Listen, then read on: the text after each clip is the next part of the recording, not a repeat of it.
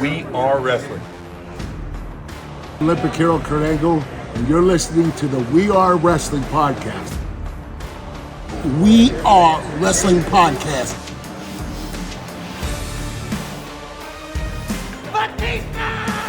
Let's flip and go. You're watching We Are Wrestling.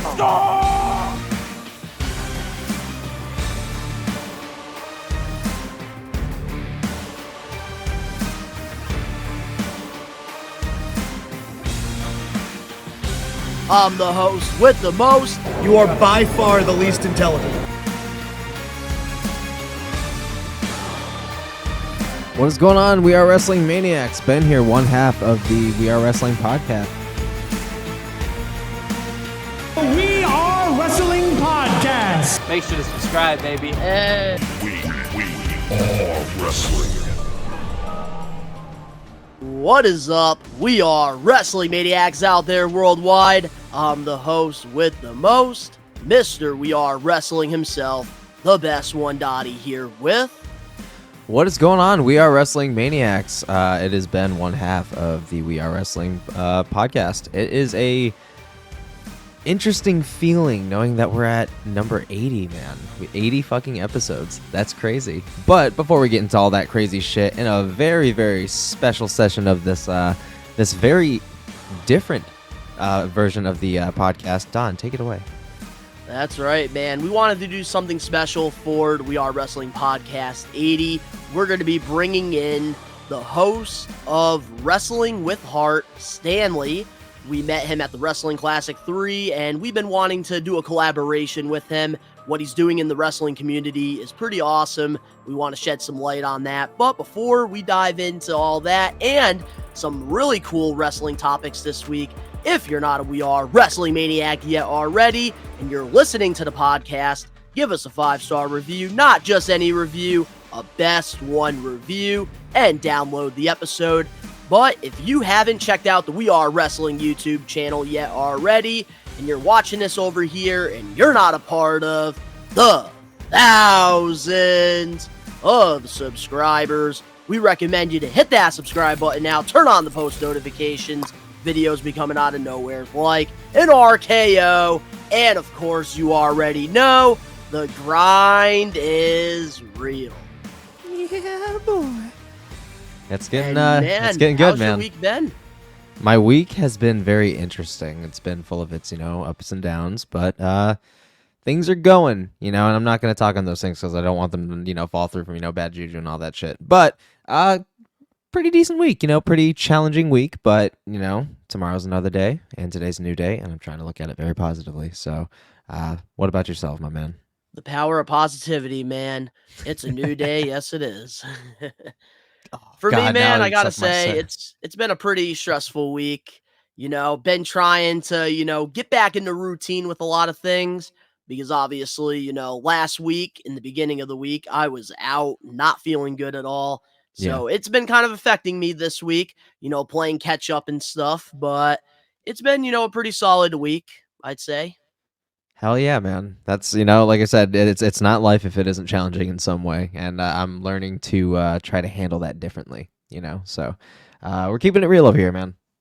Absolutely. And to all the We Are Wrestling Maniacs out there, if you haven't checked out the latest extra over on the We Are Wrestling YouTube channel, Ben and we actually talked about the revealing of TNA wrestling coming back in 2024. So if you guys haven't checked that out yet, recommend you guys to. Also, we do have a wrestling vlog coming out, hopefully by next week. It was supposed to be this week, but like I said, I've been playing catch up. So we do have, a Creative Pro / Blitzkrieg Pro vlog. Yeah. And guys, it's a really good one. So I'm excited. Definitely going to be worth the wait, man. I'm excited to see it. Absolutely. But this week, what is your highlight of the week? So my highlight of the week, it might be a very, very small thing, but maybe it's on other people's minds, so we'll find out. Right now, it's that interaction between Nick Aldis and Adam Pearce, along with Jey Uso, and the fact that they're building up the Survivor Series war here. Let's let the games begin or something like that. I was just like, all right, okay, All right, we're getting that separation of Raw and SmackDown. We're simmering. We're fucking heating it up now. I'm really excited because there is nothing I love more than a classic Survivor Series feeling. And my God, I'm getting those 05 vibes again.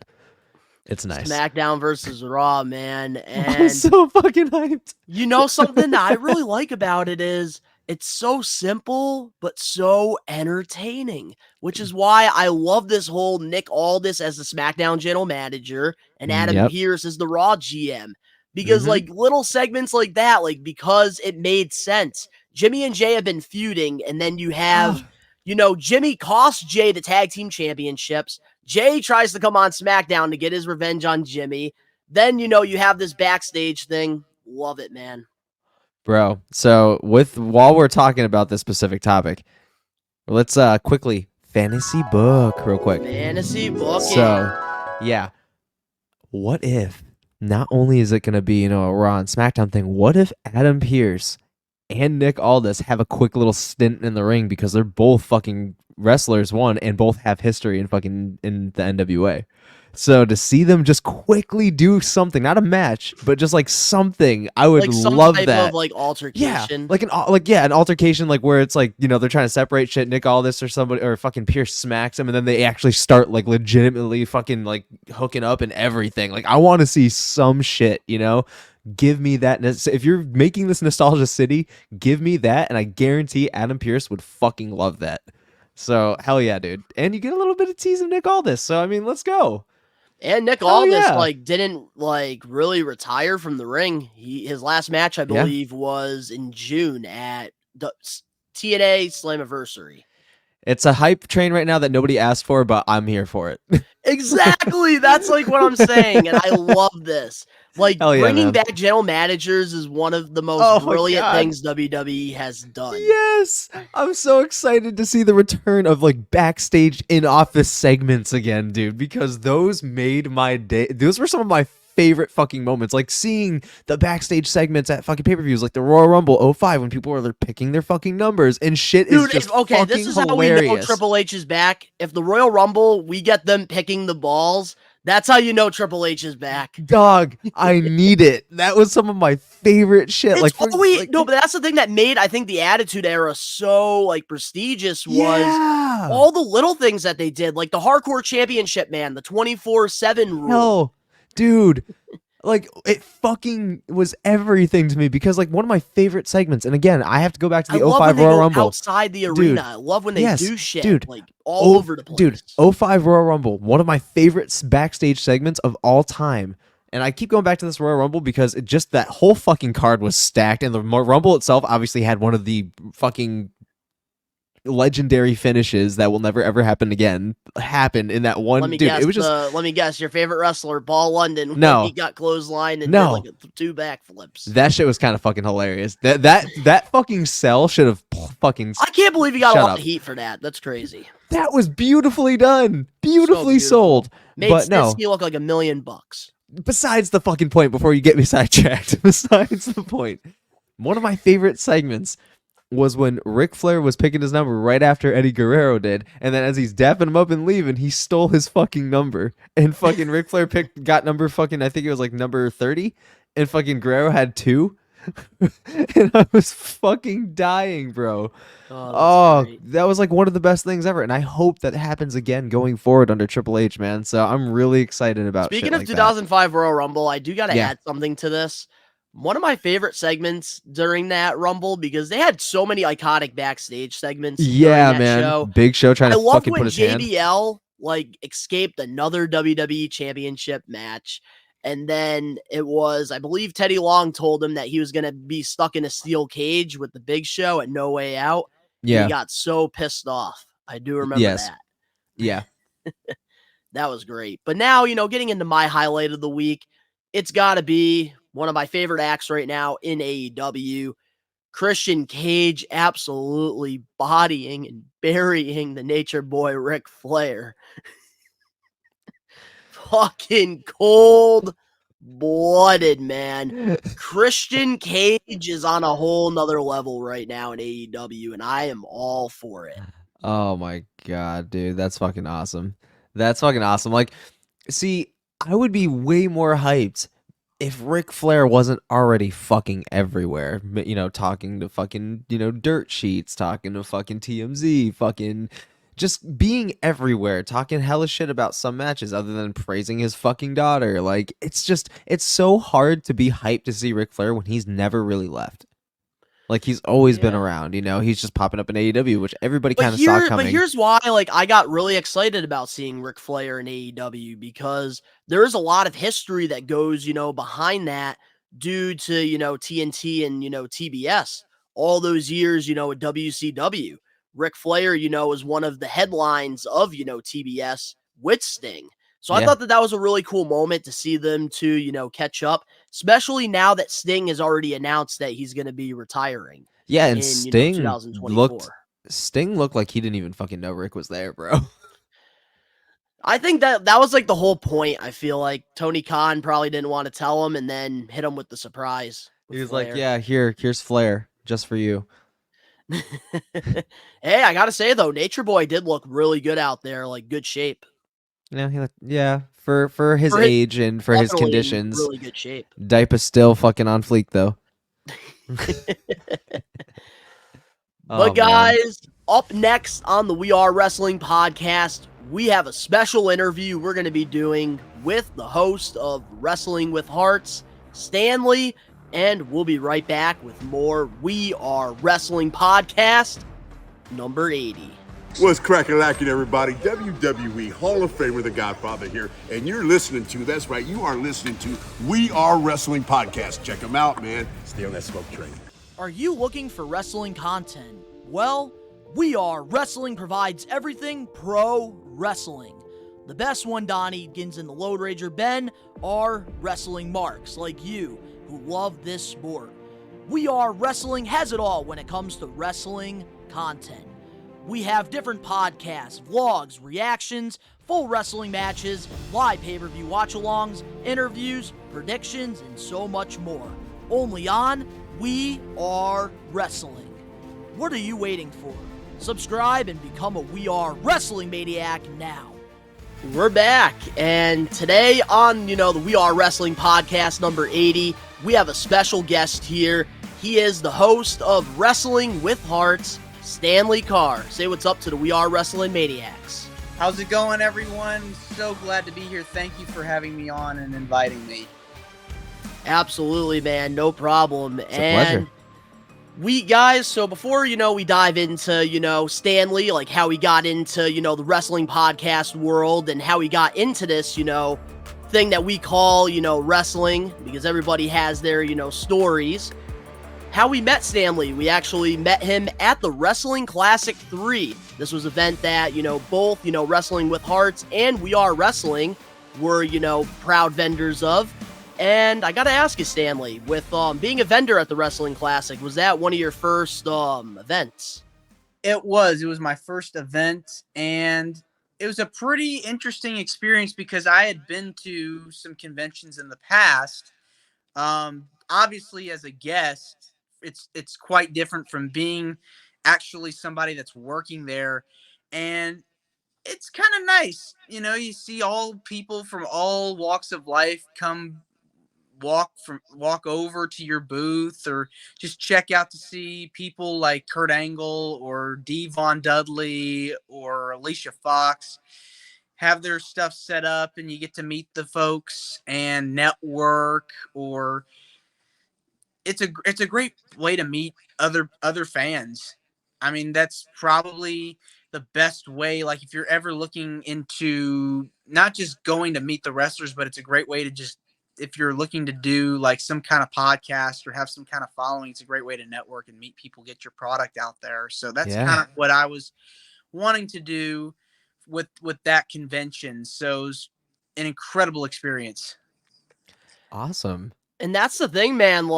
That's the thing that, I found, really interesting because, of course, we went over to your table and stuff, during the event.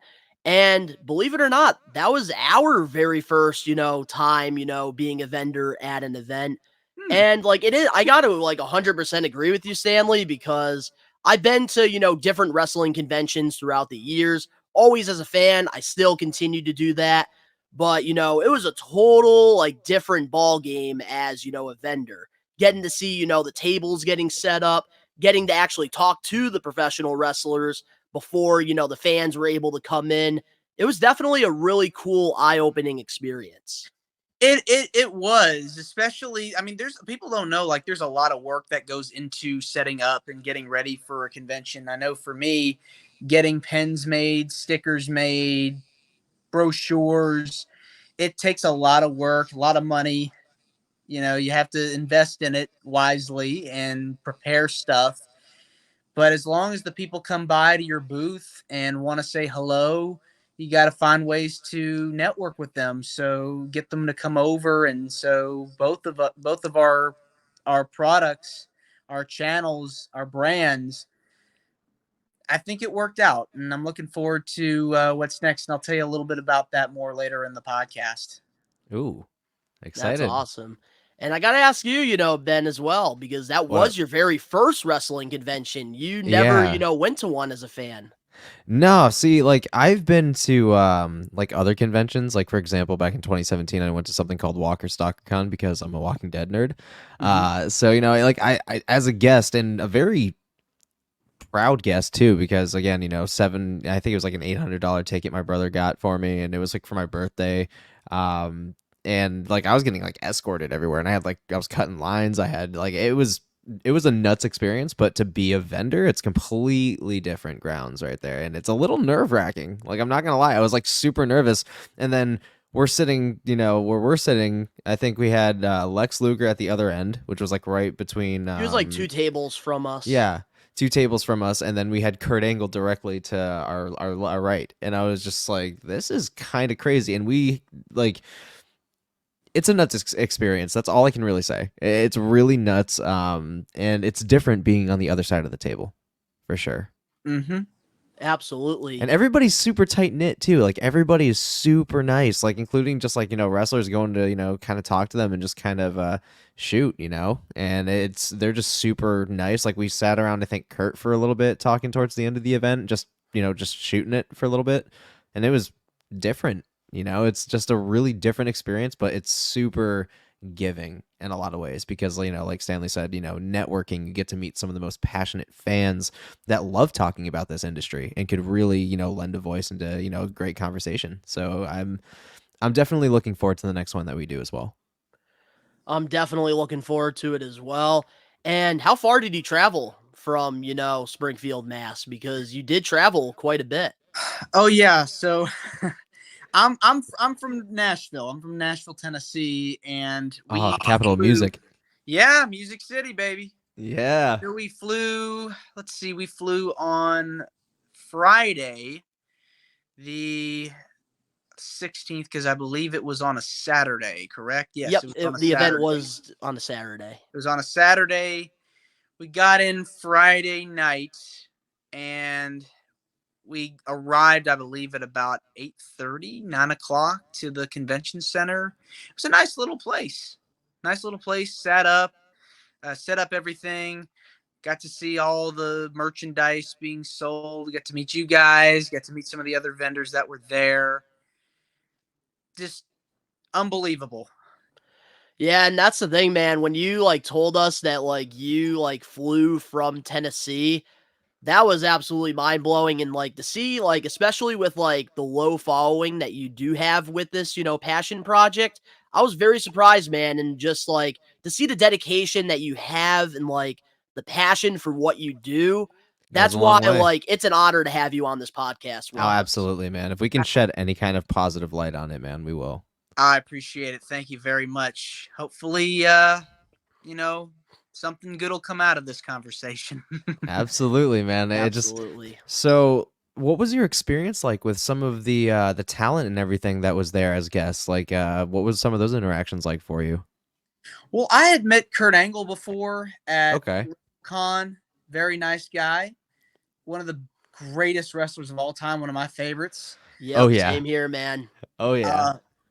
And somebody who hopefully I get to interview one day, Devon, who I actually got to interview him for the podcast. I saw that. That's awesome. Brilliant episode. Yeah, thank you. It was just another great stand-up guy. Could not be any friendlier. Could not be more friendly. Alicia Fox was cool.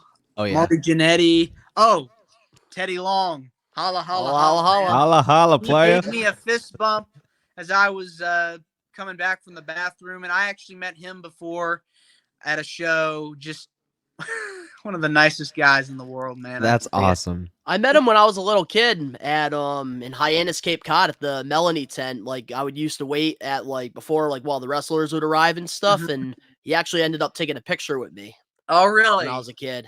Oh, man. Really cool experience. Yeah, the Godfather was super nice too. Yes, he Really, was. really nice. Alicia Fox randomly ran into us at a vendor station. Like we were I think Donnie or something was shopping around, and she just came over and it was asked us if something was on sale, and we were like, oh, we don't work here, and then we just started talking about her tattoos and stuff, and we were just kind of shooting it. It was really weird. It was different, because that's Alicia Fox, man. So I'm like, Yeah. what am I doing? Total diva star, man, over on E. Yeah. You're starstruck when you meet these guys and gals, and so you can't help but mind your P's and Q's and just figure out things to talk about on the fly. And so that's kind of, you have to have such a spark for just a conversation, and you just have to let your mind take you. But sometimes, man, it's hard, especially depending on who it is. It's very hard, man. but I believe, we're all in the same industry, the media industry, where we're talking to these people. So hopefully our shyness will kind of fade over time. Oh, no, absolutely. But I definitely want to know as well, because obviously, doing what you do with, wrestling with hearts, I got to ask you, how did you get into professional wrestling? What's your story that got you into this sport that, we love? Yeah, so I was maybe 5 when I first discovered professional wrestling. This was right at the heart of the Attitude Era, and so my dad. That's where I got into it too. Yeah, I think a lot of us at this age just kind of got into it right around that early 2000s, late 90s time period. So I was just at home one night, and my dad actually had on Raw. And I just happened to sit next to him and just asked him, what are you watching? And he goes, I'm watching wrestling. And so The Rock was on. He was cutting a promo, I believe. And he was just wearing these, these expensive clothes, the shirts and the dark pants. Oh, he had that. I know exactly what you're talking about. He had that, hairstyle that, everybody was, going gaga over. The sunglasses, sideburns, the sideburns just oozing charisma. And so he was cutting a promo. I believe it was on Big Show. Okay. And they were oh boy, they were having some kind of a feud. And so I was like, wow, this is awesome. And so I would watch. I would watch on a pretty regular basis. I kind of took a break for a little bit, and I kind of regretted it because I missed out on some good stuff, but I'm grateful that I came back.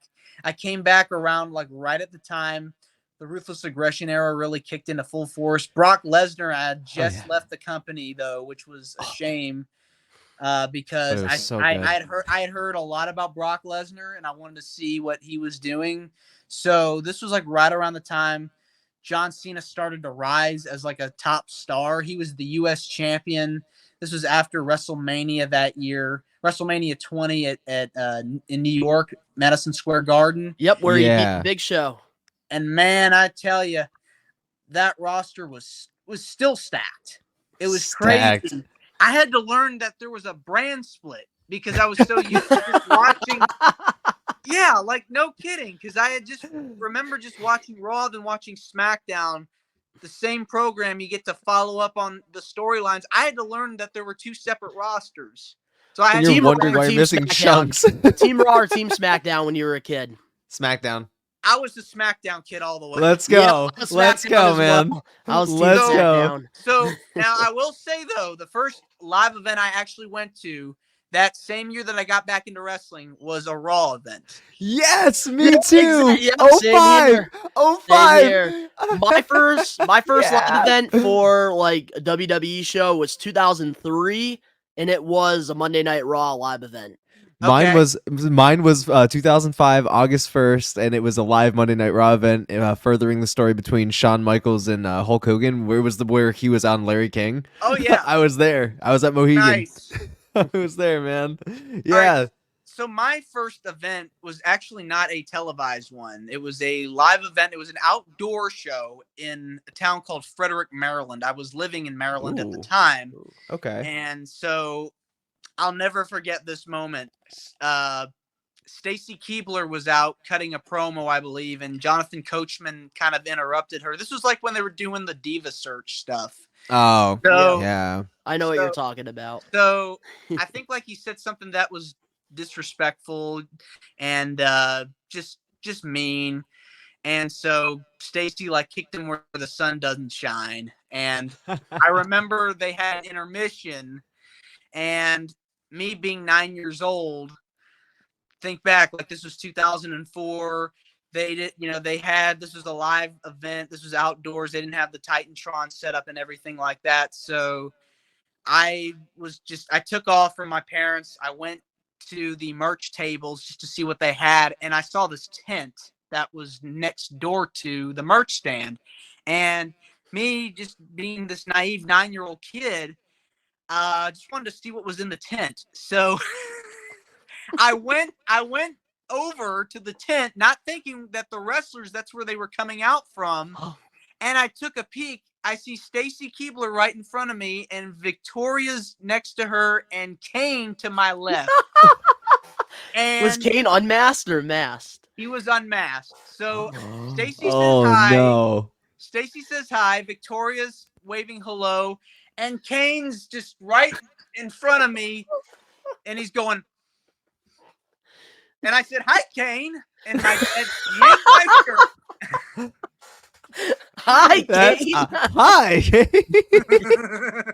And now That's awesome. now he's the mayor of Knoxville. Yeah. No, right? Crazy Mayor. story. Oh man. Crazy. And I actually got to meet Kane, officially meet Kane the next year when we moved back to Nashville, because I was born in Nashville, and it was at a bookstore. He was signing some book, and really nice guy. Oh yeah, usually most of the darker characters I learned are because we actually went to Northeast Wrestling last year, back in like February, March, maybe even April, and I met Karrion Kross, one of the nicest, soft-spoken men on the planet. But my God, I'd be lying if I said that his bicep wasn't the radius of my head all the way around, dude. The dude is massive. He towers me by like 1.5 feet, dude. I'm like, a lot of people don't think that you're really huge. Like Chris Van Vliet meant it. Like a lot of people don't think he's huge on camera, but then you see him and he's just massive, bro. I'm like, He's Larger than life. he's like an MMA fighter, but like even times infinity. but he's so nice. Yeah. And he has like the softest handshake, and he's just super happy to like be around fans. And it's just, he's like, you don't see that on TV. So it's so interesting when you finally get to see that different side of them where the kayfabe isn't there. And it's cool. It's a really, really cool experience. It really is. And it's something that you kind of have to get used to as you get older, when you start going to shows and you learn about the difference between reality and fiction. So The separation wasn't there for me for a long time. oh yeah. And speaking of Kane, I actually got the opportunity to meet him a couple years ago at Zombie Hideout, my go-to toy store. And I was wearing a Clemson hoodie, and the only thing that he said to me was, "Clemson sucks," and took a picture with him. And I'm not His even a deep Clemson voice. fan. Clemson sucks. Pretty cool experience though, meeting Kane. Yeah. One of the nicest guys in the business. Oh, believe absolutely. it. So during, the Ruthless Aggression time, because that's where it seems like, you really got into, professional wrestling, who was your favorite wrestler? Oh man. Well, my number one ultimate favorite wrestler is gonna be The Rock, hands down. But in terms of Ruthless Aggression, I would probably go with Kurt Angle. Okay. I would go with Kurt Angle, and I would also go with Eddie Guerrero. because when I was Yes. 10 years old, when I first heard the news about Eddie passing away, I was just devastated. Oh, same, man. That was like that tore my I heart remember out. being a young kid, man, hearing that news. I That was cried. like my first exposure to what death was and what it takes from you. And it genuinely hurt like a lot. And I didn't reel in for it for like, I think it was like 6 months where I finally kind of just like let it go. But after, for a while, dude, there was just like a void, there was something missing that was a part of the show for so long. And Oh my at God. 36 or 38 rather, that's still young, man. I mean, we just lost Bray Wyatt, not That, ago, and I think this generation obviously can relate to what we experienced as kids with Eddie. yeah. And the crazy part was that SmackDown at that time wasn't live; it was taped, and he actually had wrestled Ken Kennedy. Yep, I And do remember that. That was his very last match. It was nuts because I remember they just, I believe, I don't know if you remember this or not, but they had advertised like right after the show a triple threat match between Eddie, Batista, and Orton for the World Championship. And a couple days later, he died. Yeah. Yeah, because wasn't like at the time, like from like, the Wrestling Mill, wasn't the plans for Eddie to win the World Championship at the Survivor Series, right? Yeah, I think that was the plan, or the plan was for him to win the belt that week.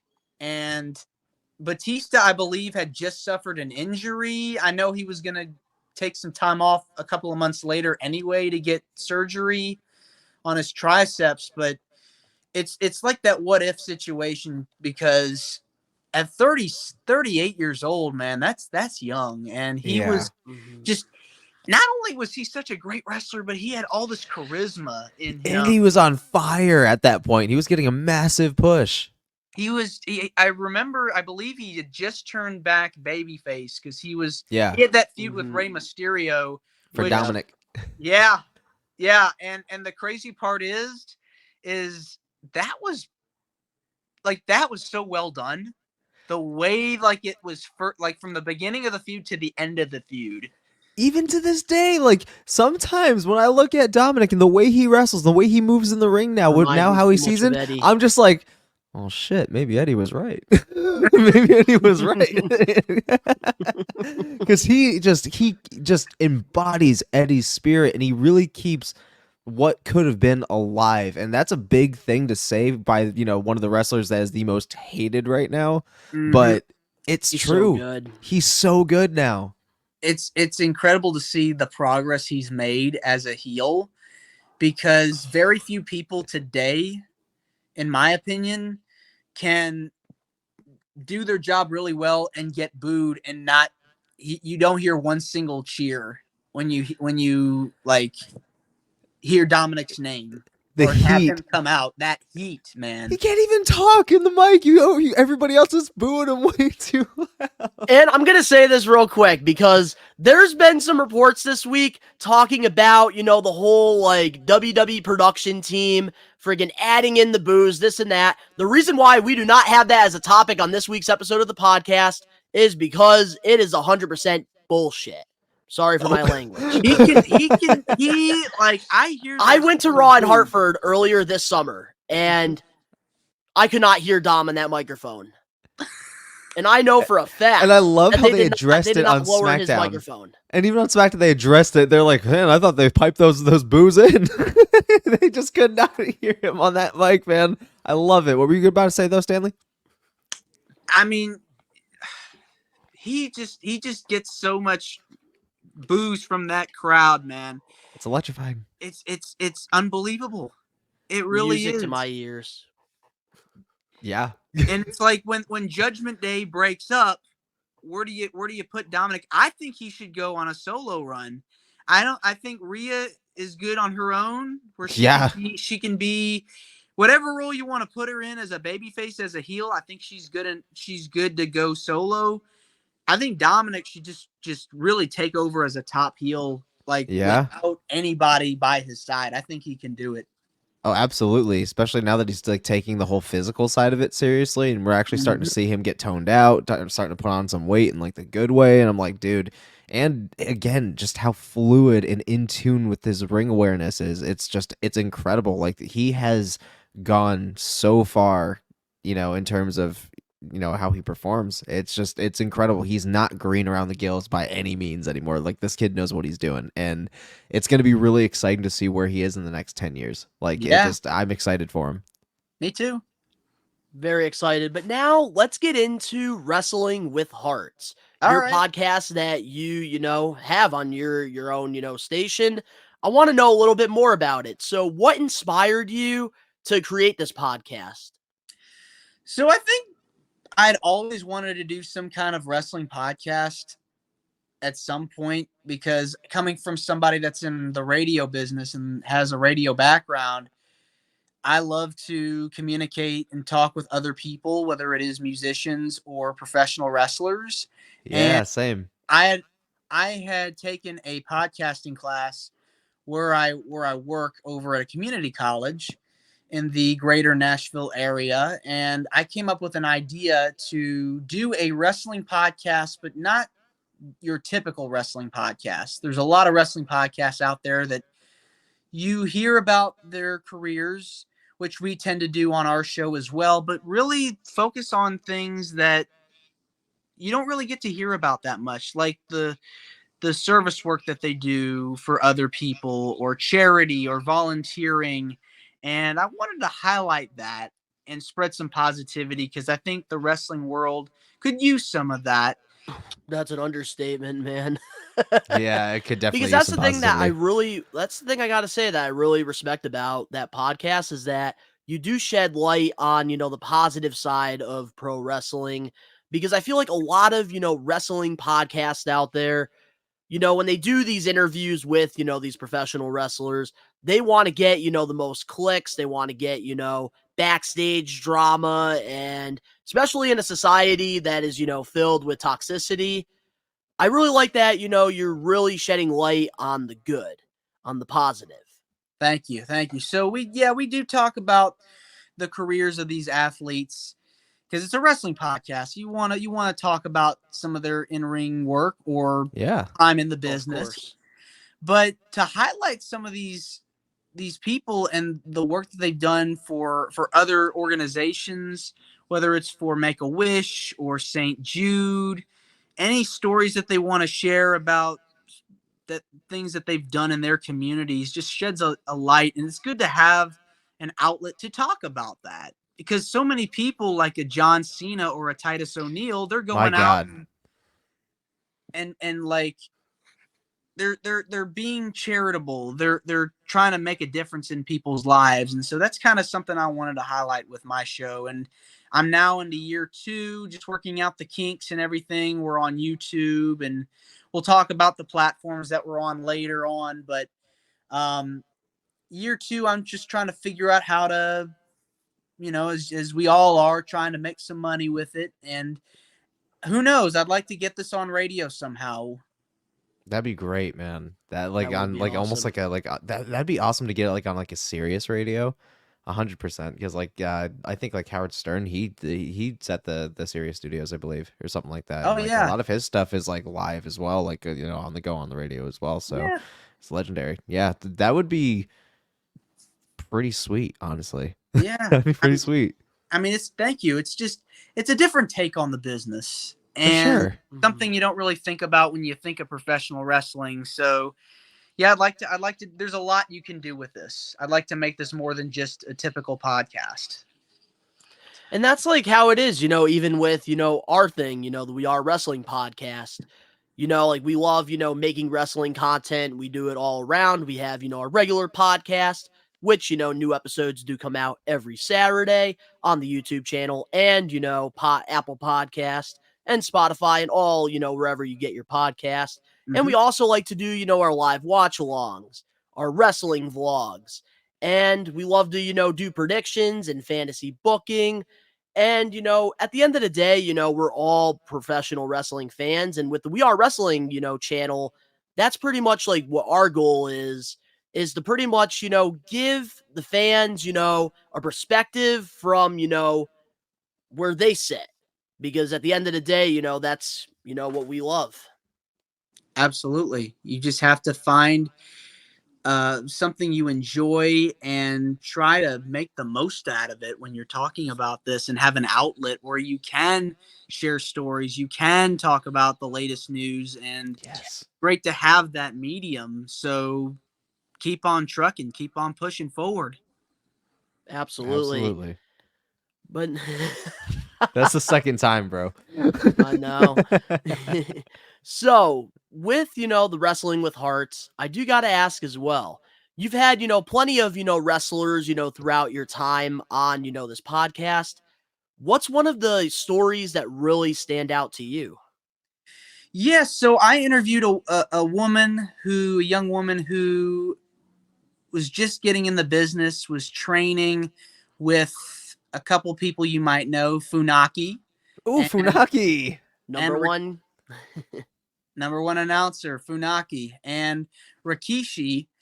And she was talking about how she kind of fell into wrestling after being recommended for it, and she studied up on the business. And she was talking about how she was kind of bullied while getting into it in the local circuits where she was working at. And she met a friend who the both of them were training together, and she was training, and while she was training with Rikishi, she broke her foot, and she couldn't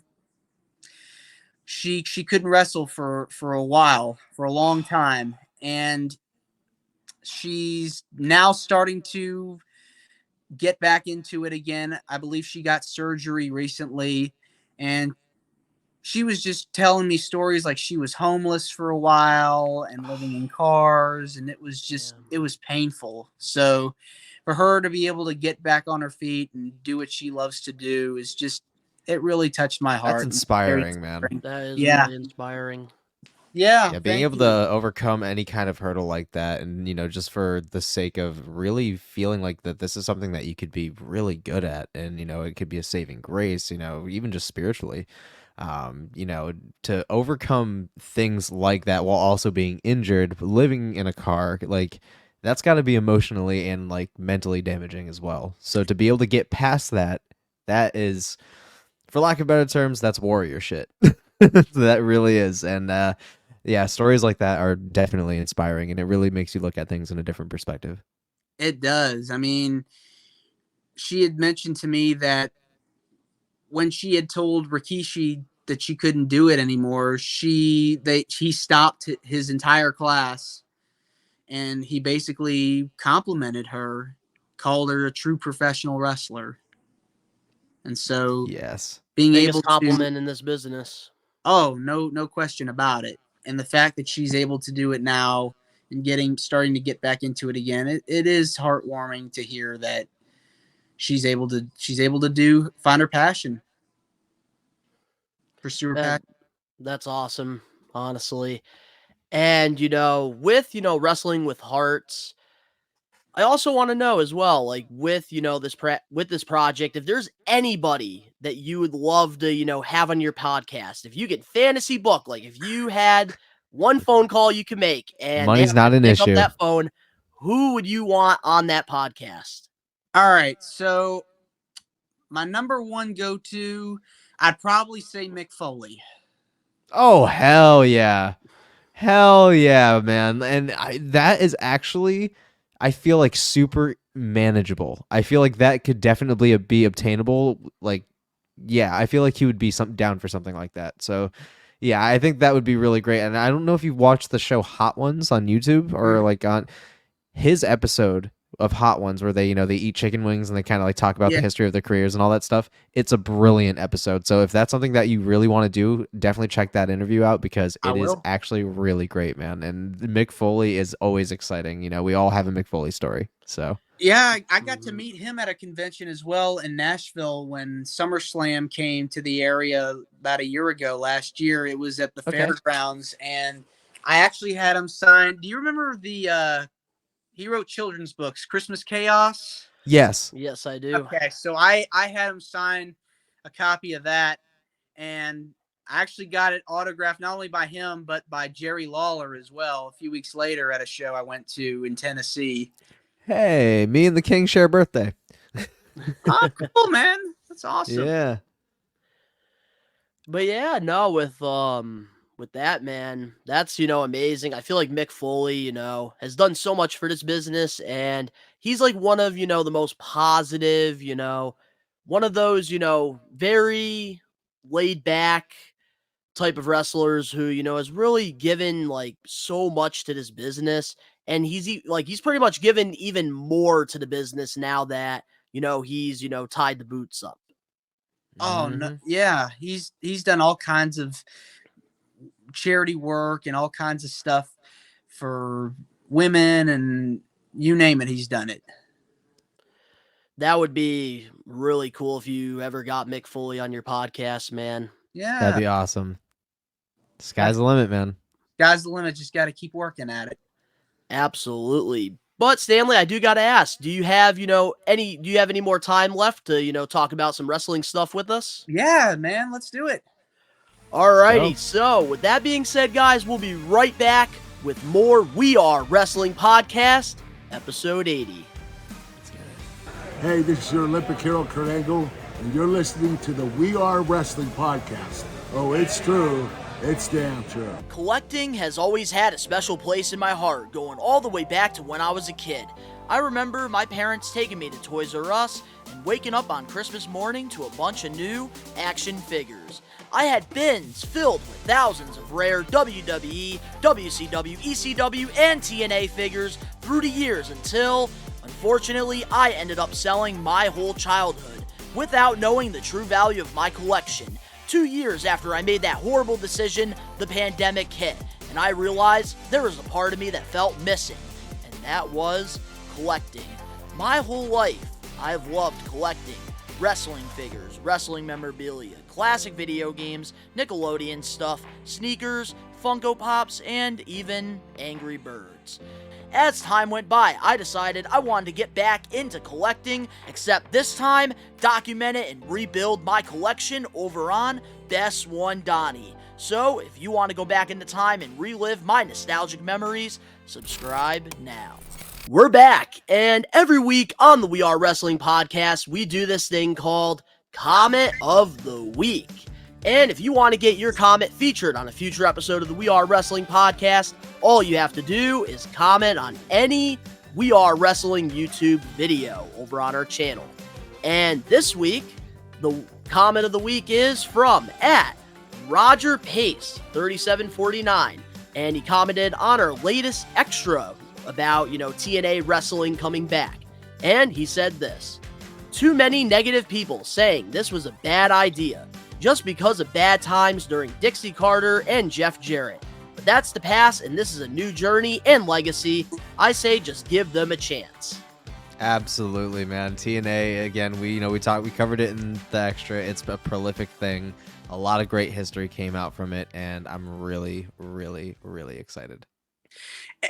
And also I think a lot of the fans kept referring to Impact Wrestling as TNA. I think that I feel like never really changed as far as like the fans are concerned. I think all of us had a hard time calling it Impact Wrestling. Every single person, because it was TNA for so many years. I know it's just easier to roll off the tongue and say TNA Wrestling. Oh, yeah, like especially like when Impact. something crazy happens, you go TNA. Yeah, And like, man. here's the thing that I don't understand is like, how do you like go from like calling your company TNA Wrestling to like Impact Wrestling? I understand that like their weekly show was Thursday Night Impact, and I just don't get why they like made Impact like the whole company, like the brand. Yeah, And like I feel like it messed a lot of things up for them because TNA was something unique, something special.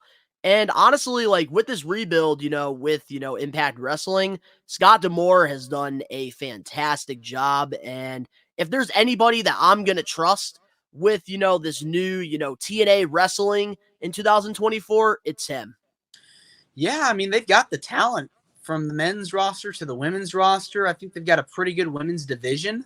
I think they yeah. got the best.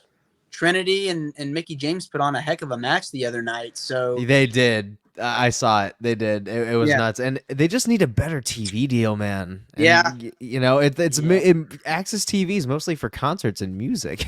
You know, like a lot of people don't go there for a lot of wrestling. You know.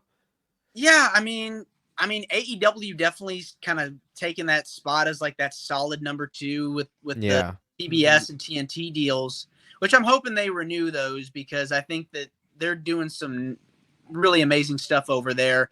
But I think like the Paramount Network where they were before when it was called Spike TV, I think they should go back there. Oh man, Spike I'm TV saying- was awesome. Spike Absolutely awesome. Spike was awesome, but it was also you had to make sure at least you didn't have it on at 5 a.m. And if you lived with older folks and they weren't walking into your room. Because I believe they had the show Thursdays and they had a repeat Yes. on Saturdays. Is that right? Yep. Okay. Absolutely. Oh, I do remember repeats, that. the The reruns. repeats. Yes. I Yep. remember. Whenever I I was missed an behind. episode, I would watch it on Saturdays. Yep. I do remember that. Oh, the good old days. Dude, 2005 to 2009, TNA wrestling, for me, like, I in the always so-called enjoyed it a little Comcast. bit more than WWE at that time. And a lot of people get shocked by that. I just really enjoyed TNA the just had six-sided ring, the special matches that they had, the roster, so hungry. Like, they had the TNA originals. You got Kurt Angle, Christian Cage, Sting, Jeff Jarrett. Hardy. Like, the sky was the limit, man. Abyss. Absolutely. They definitely had a pretty good roster at that time, and it's a shame that it didn't really have the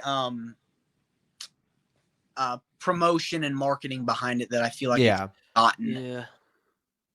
But I definitely feel that both companies were pretty good at that point too.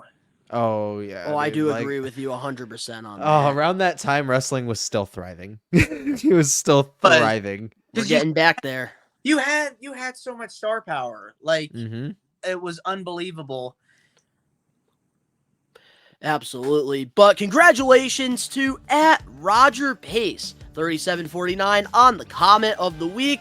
If you want to get your comment featured on a future episode of the We Are Wrestling podcast, all you got to do is go to the We Are Wrestling YouTube channel and leave a comment. But now let's dive into the topics for the We Are Wrestling podcast, episode 80. Our first topic: WWE has big promotional plans for Randy Orton's return to WWE, according to WrestleVotes. Regarding the Randy Orton return rumors, sources stated new merchandise and branding has been approved. Also, WWE will present a large social media promotion / digital material for the comeback. It's indeed happening. Likely Survivor Series or that weekend. What's your thoughts on WWE spoiling his return instead of keeping it as a surprise? Because obviously this year we got to see, Jade Cargill get announced, and they went down, that route with, spoiling it. And it seems like the surprises are starting to not happen as much in wrestling. I hate it. I absolutely hate it. Like, just let it happen. Let him come out of nowhere. I hate that they announce it now, because where's the shock factor? Where's the massive pops? If they know he's coming, yeah, it's going to be a big pop, because we miss Randy, but it would have been nuts had it just not been said. It would have been nuts. I feel like he's just been gone for ages now. Like it's Year and a half. Years. Yeah, year and a half. It's nuts. Yeah. And that's the thing, man, with like Randy Orton. I understand why WWE is going down this route, but I feel like we need to find that balance for it to work.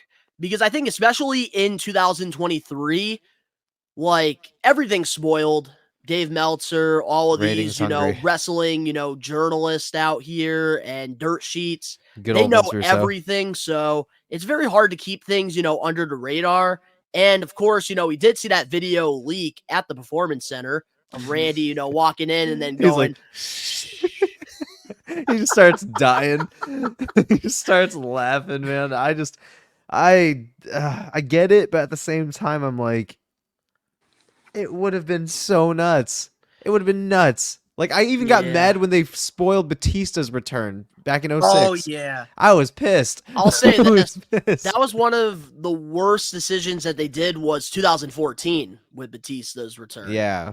Announcing it. That, I think, really ruined his, second run in the company. at It that really time. did. Yeah. But with Randy Orton, though, like, he's the type of guy where you don't need to, like, do a whole social media, marketing Ratings, thing bro. for him. Like, he's the type Viewership. of person, he calls himself the Viper. He's a snake. Like, he can come out of nowhere and hit you with an RKO, and he's going to get the holy shit chant. He's the legend killer. Calm down. Calm down. Aggression. Well, I'm just making the reference because snakes like to hide. I know. I'm just joshing you. And But my honestly, opinion- like, I kind of like it, though. Like, with them doing the promotion thing, it just, I don't know, with Randy Orton, I don't know. in No. my opinion, I feel like shock returns can work in this day and time, and I'll give you 2 examples in the last 10 years. Oh, I know where one of them is already, but yeah, go ahead. Dudley Boys and Shane McMahon. What about Edge? Like, it wasn't really spoiled, but it was massive.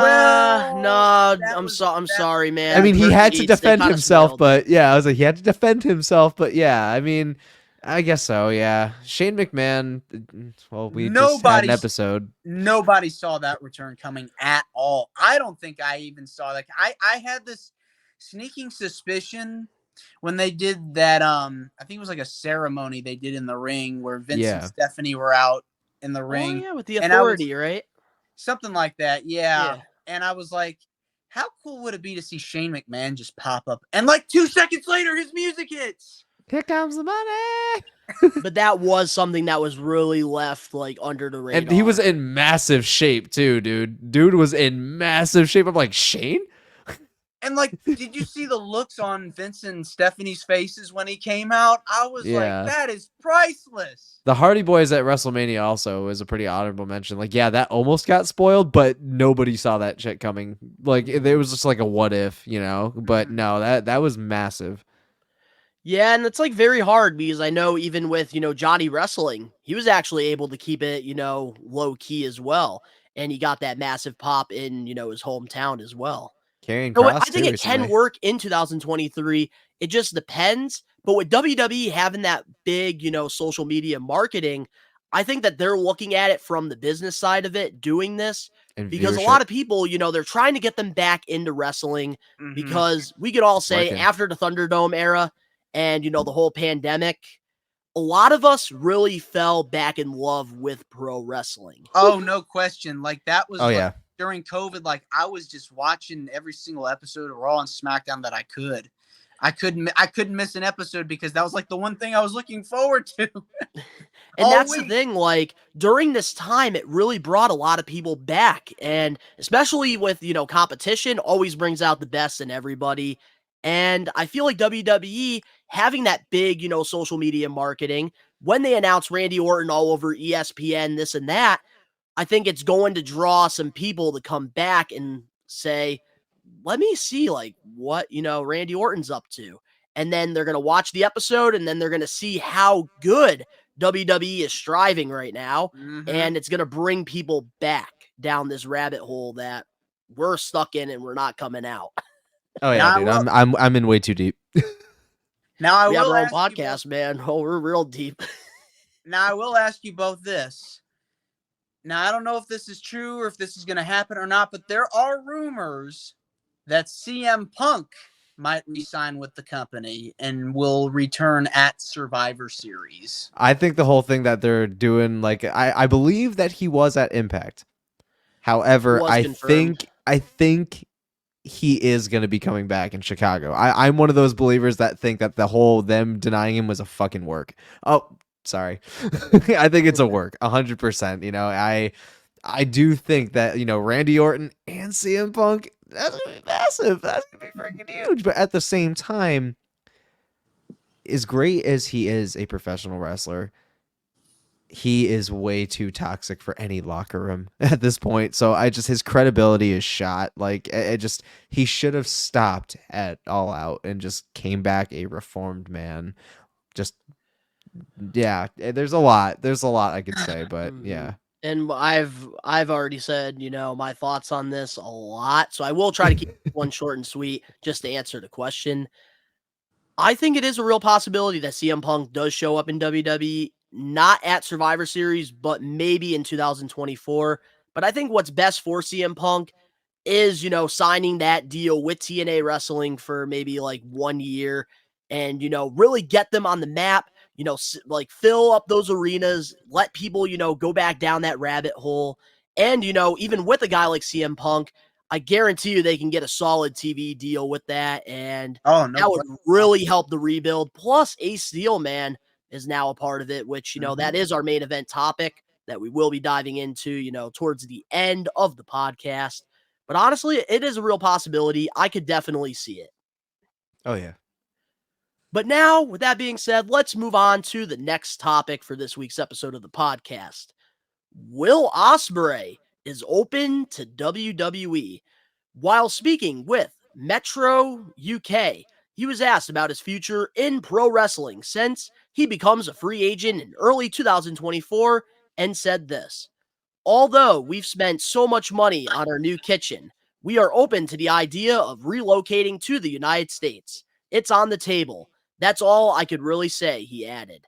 "That means I am open to all options going forward, but now it's time for me to really gauge and see what's out there. So the Seth thing does intrigue me quite a lot. I heard him say in a promo, he is 100% the best in the world. While I could sit here comfortably and say I am one of the top wrestlers in the world right now, there is other things to learn. Do I have an ego about this stuff? Of course I do. Look at the catalog and look at what I've delivered," he said. Do you think WWE is a real possibility for Will Ospreay? Could you see him going over there? Yeah. Will Ospreay is one of the best to ever grace a ring, period. And I've only seen the guy wrestle a handful of times to understand that even at 28, he is 28. I believe so. He's like 28, something like. towards his 30s, I think. Okay, so like at a very young age, and basically, rocking Wembley Stadium at this point, making a huge name for himself out in Japan. And just, again, the catalog, just like you said, what he's done in the business speaks for itself. And to have Will Ospreay a part of the WWE locker room in some way, man, nuts. There is so many matches I would love to see. Like, again, him and Seth, banger city. A match with him and Roman, banger city. AJ there's Styles. a lot. AJ Styles, banger city. There is so many 5-star classics I could think of on the top of my head, when it comes to WWE locker room. So yeah, there is a lot of people I would love to see Will Ospreay face off again. So I believe it is a full-on possibility. And by the way, Will Ospreay is 30 years old. Oh, okay. Perfect timing. He's in his prime. What's your thoughts on this, Stanley? I could definitely see him appear, if not at Rumble, definitely after That'd be sick. WrestleMania. For sure, that's a good surprise. And I think with the influx of talent from other companies wanting to come to the company now, with a new administration in charge and head of creative, Triple H. Oh, you know, the possibilities are endless. So we'll have to see what happens. I think he could add some variety to the product, and it would definitely put some more eyes on it for sure. So if this was 6 months ago, I would say you're absolutely delusional. Will Ospreay will never step foot in a WWE ring. But I really think, going into, this free agency, because in 2024, man, a lot of pro wrestling, contracts this are is up. one of the biggest free agent, classes in all of professional Yeah, wrestling. Drew McIntyre's contract is up too, I think. And he hasn't even Yep. He hasn't even resigned yet. And MJF, January 1st, 2024. And I'm so the excited. thing is, outside of, the We Are Wrestling podcast and, my love for professional wrestling, I am huge into sports. And when it comes to free agency, it really interests me a lot to see where, players are going to go play for. And, with, pro wrestling, we haven't had a hot free agent class like this in such a long time. And with Massive. Will Ospreay, I think he is definitely the biggest name right now in the free agent class. And I do think realistically, he is going to end up in AEW. I think The schedule's lighter. Also, him being, already, ties with, Kenny Omega and the Don Callis family. I think that there's a lot of dream matches that, we haven't seen yet in AEW. And like Will Ospreay to me seems more of a professional wrestler than a sports entertainer. But when it comes to, WWE with Triple H and the way that he presented Jade Cargill to WWE, I think they could do the same exact thing with Will Ospreay and make him feel like $1 million. And if they do that, I could definitely see it happening. Facts. We'll just have to wait and see on that one. It's going to be an exciting time in the world of wrestling. Yes, it is. Where do you think MJF's going to end up? I kind of hope he goes to WWE. Strangely enough, I think he's had a great run. He's had a great run in AEW. He's had a wonderful run there, but I don't know. It just feels like it's time. It's just time. He's that big of a star where I feel like he could afford to go there. And also I think it's good to see some talent go back and forth. Like, Edge is now in AEW. Oh yeah. So you've got him there. Gosh, who on the top of my head? I'm sure there's people that I'm thinking of that could go to AEW that were released from WWE. Dolph Ziggler. Dolph Ziggler would be a good pickup for them. Nick Nemeth. That would be huge. Elias. Rick. Yeah. Booth. Yeah. There's a lot of people, especially with the women's division too. I think you've got Saraya there. You've got Toni Storm and Ruby Soho and Willow Nightingale. But I think if you had like a Mercedes or a Lacey Evans or somebody that I think could really take the women's division to a whole nother level, you'd have some. Oh, yeah. That's what I've been saying, man, with AEW with their women's division, because that's the thing, man. I think they have a great group of women wrestlers over there. I think they just need at least a star. Absolutely. If they can get that big star, I think, all of them will fall in line. Perfect. I definitely think Saraya going to AEW definitely helped boost the women's division, but I think they need one or two more people that could really take it to that next level and really elevate it. Because I think WWE's got a lot of women right now. AEW does too, but if they want to get another TV deal, a mega TV deal, this would really help seal the deal for them. If there's one name I could see eventually jumping ship and going to AEW, or that, not really say jumping ship, because realistically, I don't know if it would ever happen, but if there's one person that I could see in AEW successfully at one point and really helping move that division, it's Bayley. Bayley is one person I could see going to AEW, especially since Mercedes is going to be there eventually once she's done from injury or something like that. She's healing from injury. She's going to end up in AEW. I could see Bayley being the next one to go there and really making a name for herself while also putting over new talent and also bringing the huge push for the women's division as well. I feel like that would be like such a brilliant signing because oh yeah, dude. I think that's how I'm going to say this, man. If they get Bayley and they get Mercedes Moné, having like half of the four horsewomen, that is going to make a huge difference. And honestly, I think the AEW women's division is going to be like the best if they can get that. Oh, yeah. I think that they have a solid, group of, supporting cast. I think WWE does as well. Impact, I think right now has the best women's division, period. Mm-hmm. But I think that if they can get someone like Bayley and, Mercedes Moné, I think that they really could start, making some moves. And it's a real possibility. And with Saraya there too. I mean, you got three women right there that definitely have been to the top, know what it's like, and definitely can help really train these next generation of talents, really start getting some people over. Yeah, I agree. Absolutely agree. But now speaking of, the women's division, AEW star Nyla Rose wants AEW to introduce tag team championships for the women's division. While speaking to Muscle Man Malcolm, she said this: "In all honesty, I've been pushing for this since day 37. I'm not going to say day 1, I wanted the world title from day one, but after things settled a little bit, I've been pushing for women tag titles. I would love to not only win them, but also introduce them, bring them in. I would love to get the women's tag title. Whoop. Bring them in. Whoop. Lost myself there for a second. Look at that. Botching on the We Are Wrestling podcast. Would love to hold them with my tag partner, Marina Shafir.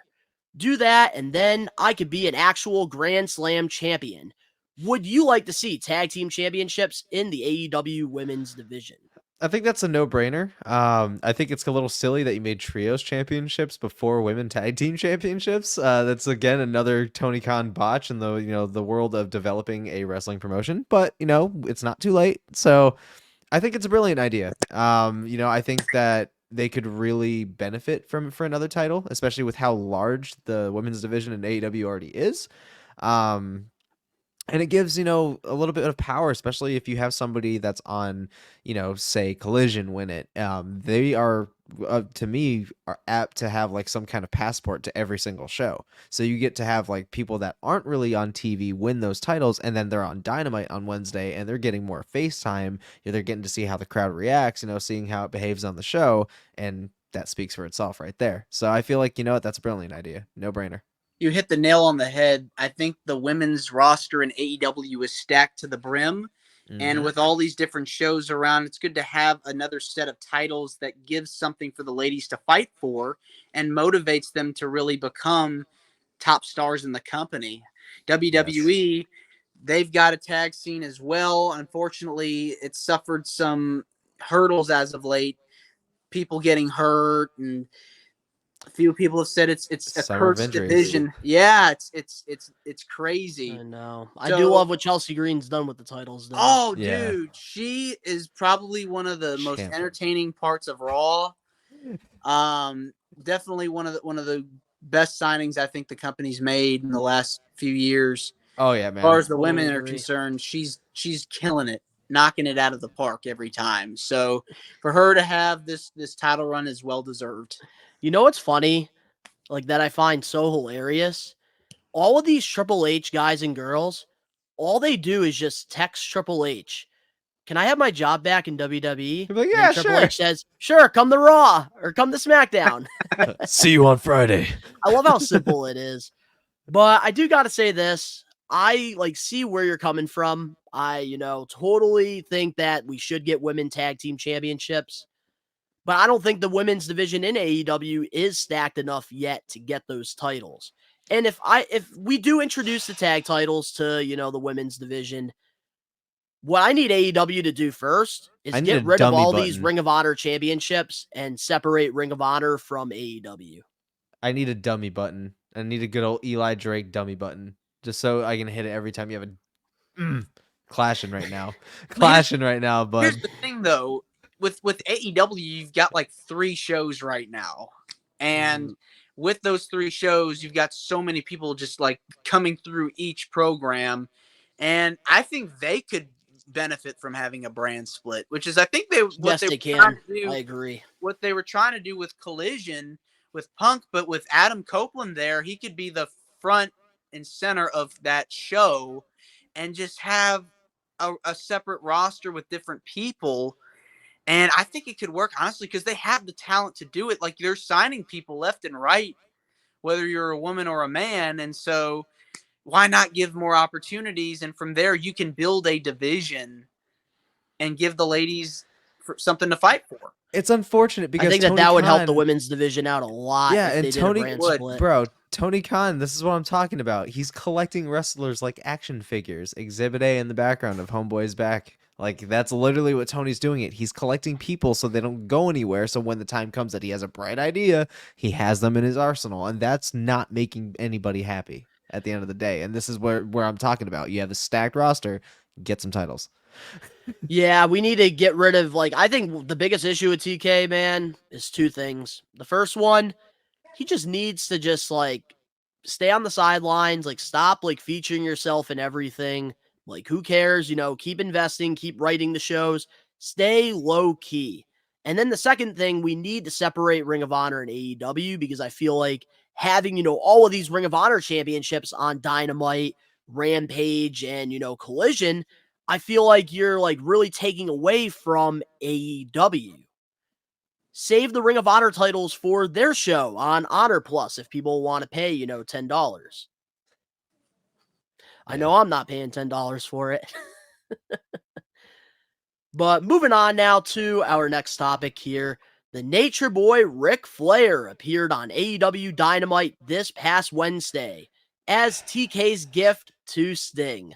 During this segment, Sting was putting Darby Allin over as the greatest tag partner he's ever had. He was interrupted by Christian Cage, Luchasaurus, and Nick Wayne, challenging Sting and Darby and whoever they want at Full Gear in a six-man tag match. What's your thoughts on Flair's first appearance with AEW? I saw this coming. We talked about this actually briefly, and I think at the beginning of the episode or maybe off camera, but it's hard to be excited because it's like Ric Flair he retired like 6 times and never left our screens or our phones. Like, so it's hard to be like, oh my God, it's Ric Flair, when I definitely could have called that like yesterday. Yeah, it just, is it cool for storyline purposes? Sure. If it does if it operates the way you need it to operate, in terms of what you're going for your product, awesome. But I'm probably the least hyped one here about it, just because it's Ric Flair. He's not really a fan of matches that don't involve his daughter. So I don't know. I have a varying opinion, I guess, from everybody else, but yeah. So, Stanley, what's your thoughts on Ric Flair's appearance? I was kind of surprised in the fact that I thought he was still under contract to WWE or still had some kind of affiliation with them, but it was a welcome surprise. I mean, what would a Turner Network wrestling show be without the Nature Boy?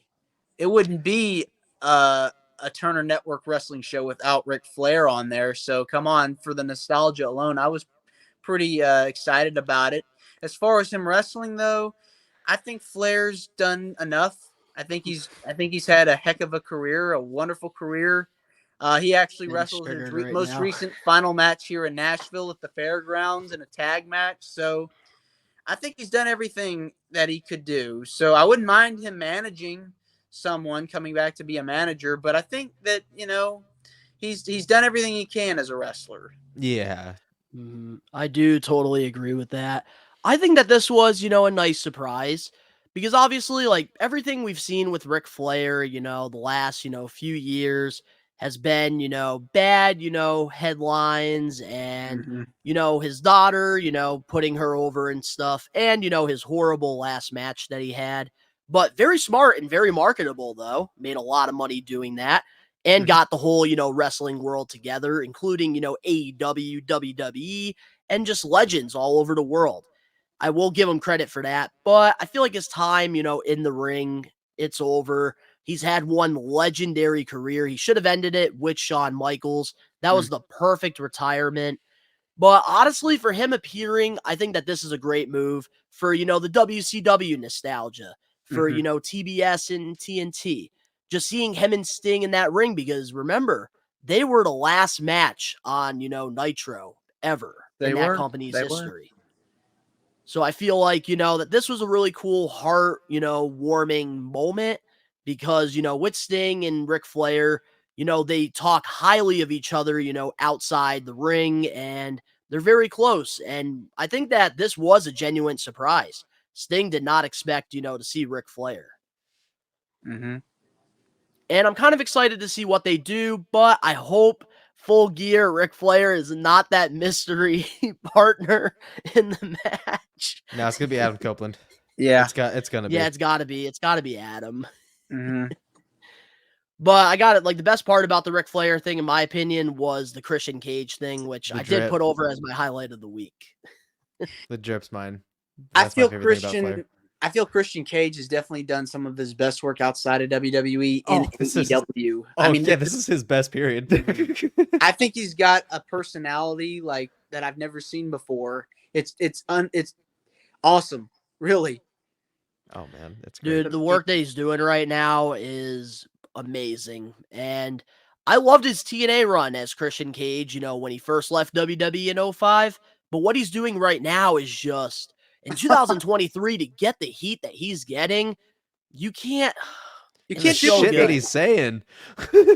It's like, do you remember his run in '05 in WWE as a heel, like when he was with Tomko? Yes, I Yes, do. This feels like that, but like on With Luchasaurus. infinite times infinity. Oh yeah, he's on fire right now. There's like no Yeah. level to this. He just keeps going. That same Christian Cage or that same Christian in WWE, it feels like it's kind of on that Unharnessed. level, but it's like on a whole nother level. He doesn't need Tomko anymore. No. He's got Luchasaurus now. Yeah, man Luchasaurus. dino. Yeah. And he's got his son, Nick Wayne, too. Yeah. Oh, his new son. Yeah, his newfound son. And our last regular topic for this week's episode of the podcast, AEW. I know there's a lot of AEW, Ben. I apologize to you. What is this thing AEW has about announced a What? new Huh?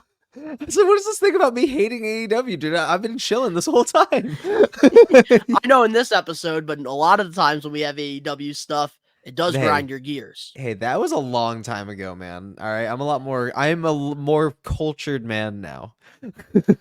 You are, I got to stop holding on to the past. You're right. I'll give you the Yeah. benefit of the doubt. That's how I But move forward, AEW man. has announced, a new pay-per-view that's going to be taking place Saturday, December 30th, World's End in Long Island, New York. What's Okay. your thoughts on this new pay-per-view for AEW? Cool.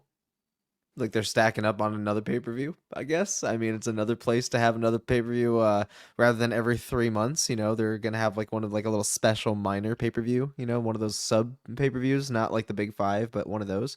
I can't really say much more than that because they announced the pay-per-view, but what's the uniqueness about it? Like, what is there a huge stipulation at the end? Is there a Well, special match here's being why. planned? Here's why I wanted to talk about this on this week's Okay. episode. All right, shoot. Saturday, December 30th. This is taking place in Long Island, New York. Yeah. The most magical place in the world. MJF's hometown. Oh Lord. And this could potentially be MJF's last match in AEW. Oh wow, they made a whole pay-per-view for it. Yeah, dude. Wow, in Long dude. Island, Yeah, we're talking about MJF's contract coming up. Yeah. January 1st. And Dynamite is not going to, after December 30th, Dynamite, that's after the contract expires. That is actually very intriguing. I did not know that. Okay, well, with that Well, now, being what's your said, thoughts on this? the main event about to be fucking nuts, and he's definitely gonna drop the title to somebody else. That's what, and then he's If he gonna leaves. bye.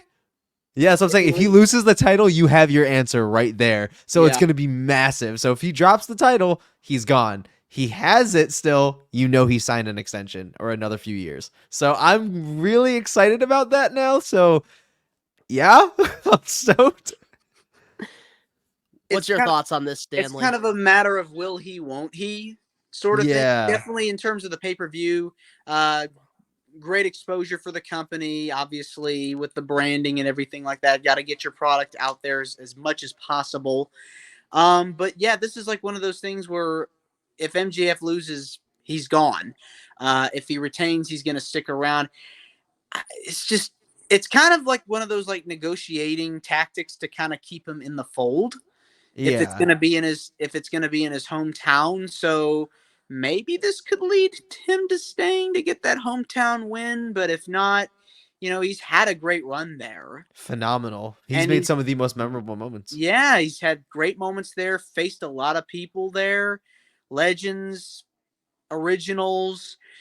So if he does leave AEW and go to WWE, I mean, what better place to leave and drop the belt, right? Yeah, like literally like the day before like 2 days before your contract's up, it's in your hometown. You've literally done everything that you had to do. Like there's not much left for MJF to do in AEW. He's basically done it all. Yeah, so there's not much more that he can do really in AEW. I feel like he's at a point now where if he were to go to WWE, it's time, My only concern is what are they going to do with his kind of character? Because MJF is unfiltered. He's basically like the more negotiable CM Punk. Well, Pay him a certain amount of money and he'll steal it. here's the thing, though. Look at Cody Rhodes and look at his character since he's been back in WWE. They haven't really, watered him down. They've kind of kept him the same. With Jade Cargill remains to be seen, but I think she'll have a fair shake there as well, in my prediction. Yeah. So who knows? Who knows at this point? I think MJF could definitely be a top player. I think as a top babyface, I think he could work as a top heel. We'll have to see, especially with Roman, if he loses the title next year to Cody Rhodes. I think you could have a whole nother sea of challengers. I think MJF would be a good opponent for him if he's a heel in WWE. So who knows?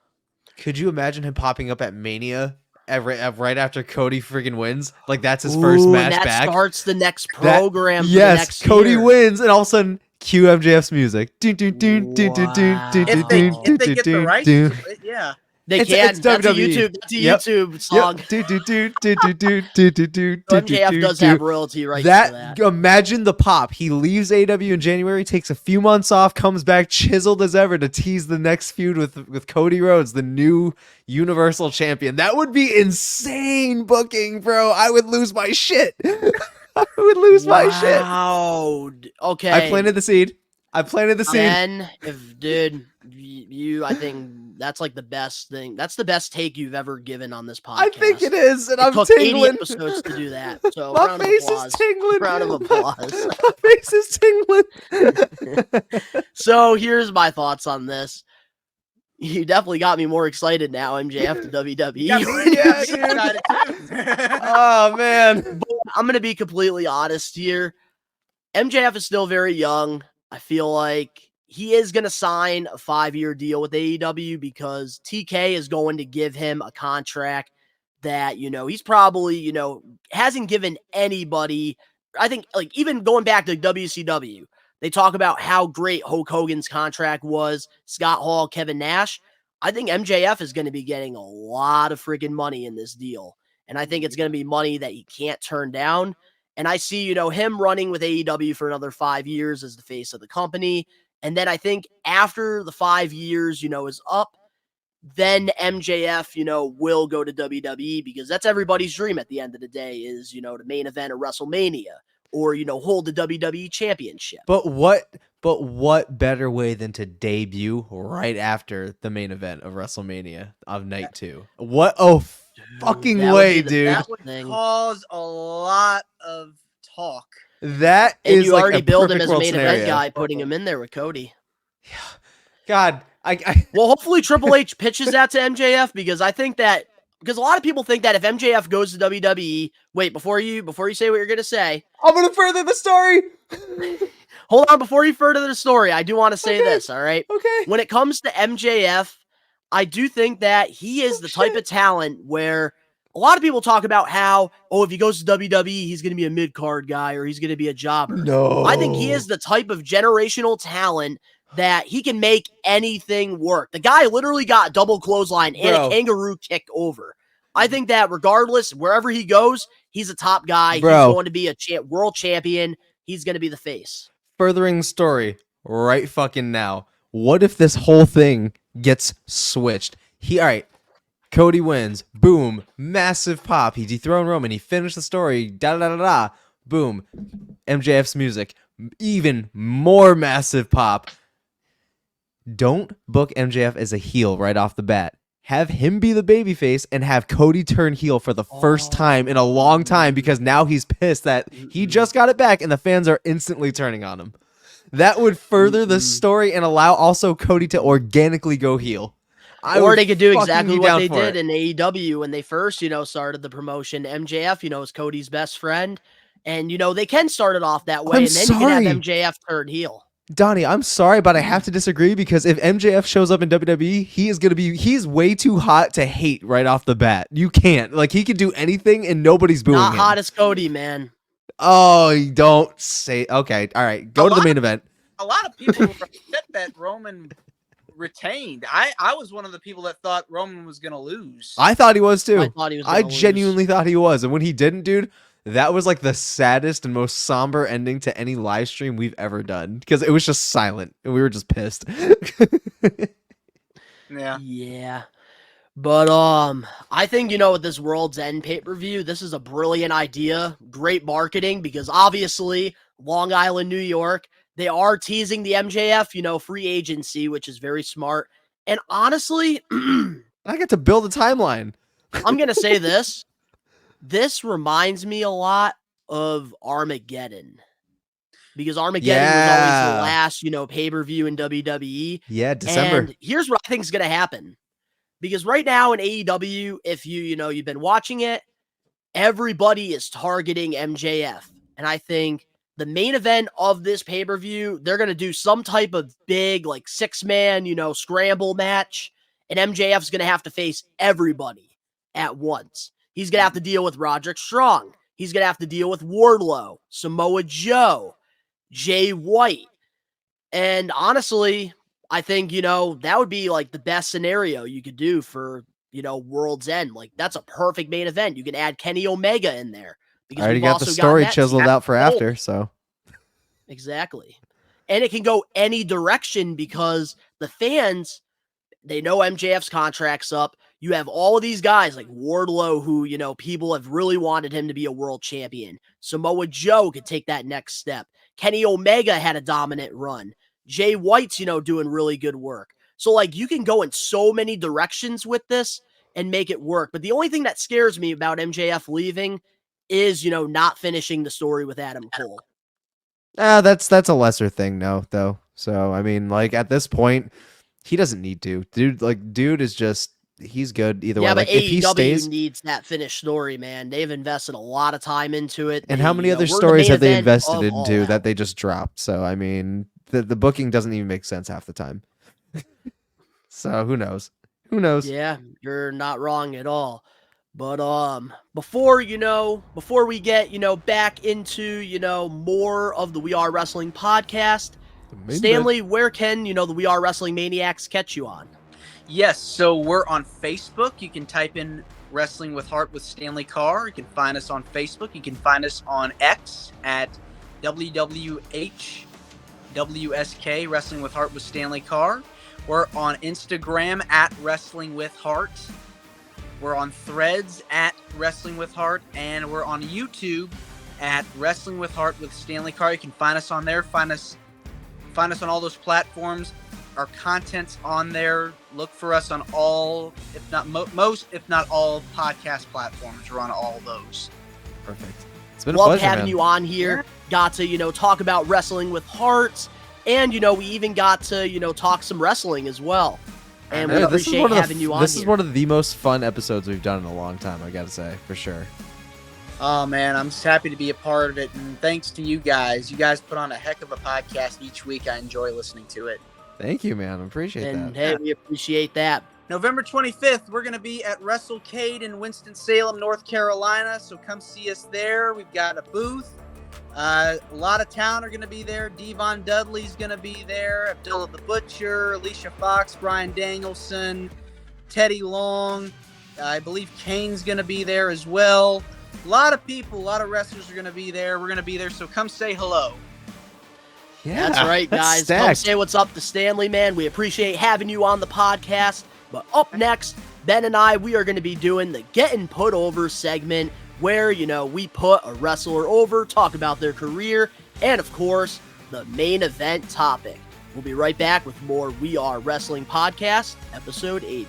Hey, what's up, players? WWE Hall of Famer Teddy Long, and you are listening to the We Are Wrestling Podcast. And if you don't listen to it, then it's one-on-one with The Undertaker. One thing We Are Wrestling recommends you to do is support your local independent promotions. They are the stars of tomorrow. And you never know, sometimes when you go to these shows that might only have 10 to 30 people, you could be seeing the next future WWE champion, maybe even the next AEW star. And through the years, I've always been a huge advocate to supporting independent wrestling. And you can't go wrong. It's a cheap night out, you get a good time with the family, and you get to watch some good old wrestling. Independent wrestling, that's where usually a young professional wrestler starts their career. And having these opportunities to perform in front of crowds is a great way to get exposure to where they will eventually be on your television screen watching them every week. We recommend you guys to support indie wrestling. We're back, and man, that was really cool to have Stanley here on the We Are Wrestling podcast. Super fun. And to all the We Are Wrestling Maniacs out there, we are going to be doing this more often. We are going to start, bringing some people in, throughout, different episodes and stuff. All depends on, the wrestling news and stuff. And, if you guys really enjoyed this, let us know for sure. Because, we definitely want to, start doing new things here on the podcast. And we can always do extras, when it comes to the wrestling news and stuff. But every week on the podcast, we do this thing called the Getting Put Over segment, where every week, Ben and I, we alternate, we pick, a wrestler from the past, current, or future, and we put that star over. Talk about some of our favorite matches, some of our favorite, highlights of, the wrestler. And last week, Ben buried Declan McMahon, but he put over Vince McMahon. This week, I'm going, down, a new route. And Alex Johnson, I'm sorry, it's not Liv Morgan. If you want that to be, getting put over, then you'll be the one to pick that. But this week, we are going to be putting over TNA Hall of Famer, the Monster Abyss. Abyss. And you know me, man, I love me some old school TNA, so I'm excited to, put Abyss over. Why don't you start it off here, brother? Oh, I will start it off, man. Abyss was one of my favorite, characters back in the day, watching, TNA, because he was so different. And I love that, they pretty much, built a lot of, solid feuds around him. And he really brought the, extreme to TNA, because he had, some great matches with Jeff Hardy, great matches with Raven, great matches with Sabu even. And I think that, Abyss really stood out because he was very different on the roster, full of, great athletes and, professional wrestlers.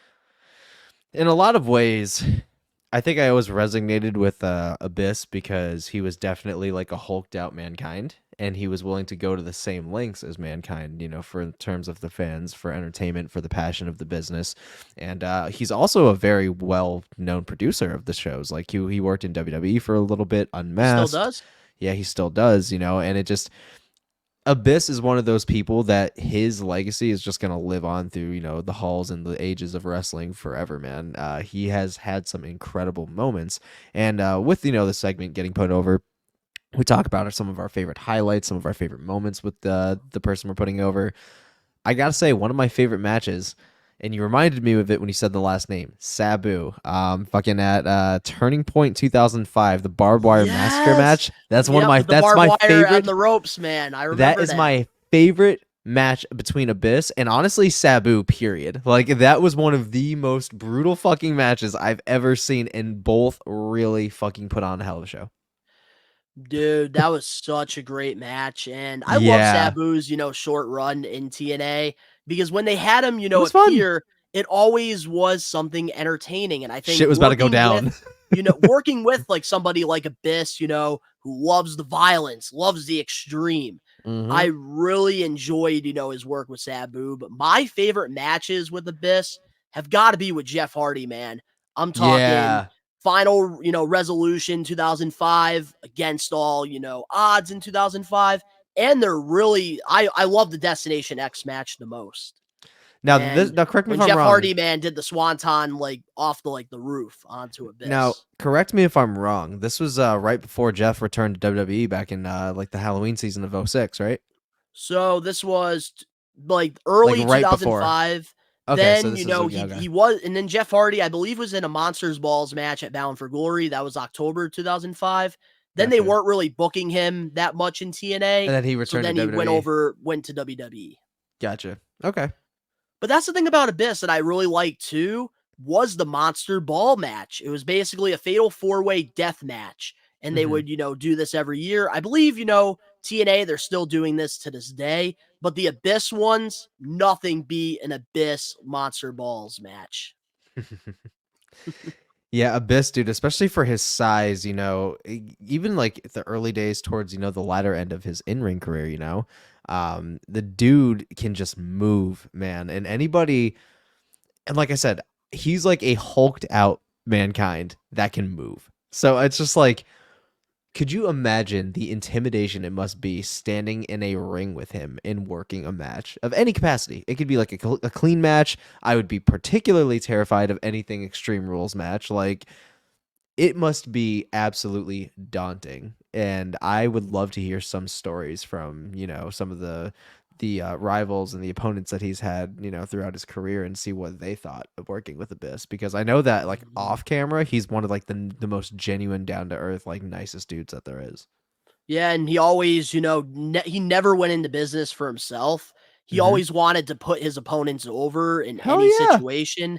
And the thing that I really love and, admire about Abyss is his loyalty to TNA wrestling, because there was a time in 2007, believe it or not, where WrestleMania 23, they were going to have Abyss beat The Undertaker for the World Championship at WrestleMania.